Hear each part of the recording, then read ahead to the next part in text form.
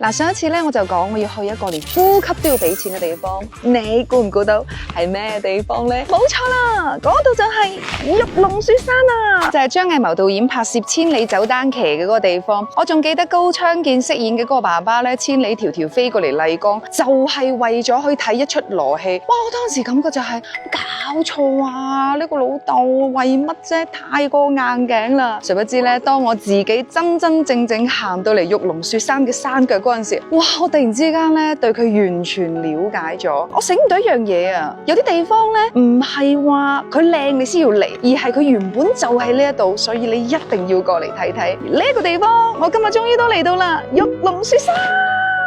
山下係人間，山上係天堂。呢一句說話咧真係好俗，不過佢講得真係好啱噶。當我企咗喺玉龍雪山嘅山腳嗰陣時，我望住巍峨壯麗嘅玉龍雪山，嗰種感覺令到我失語啊！我霎時之間咧覺得我喺城市入邊面對嘅所有嘅煩惱，咩工作嘅 KPI 啊、結婚啊、壓力啊、噼里呱啦房租啊，嗰啲算係咩啫？喺雪山嘅時候，佢唔會因為你有冇買屋、你有冇結婚就唔落雪，上面嘅氧氣更加唔會因為你係咪成功人士就俾你呼吸多一啖，你明未？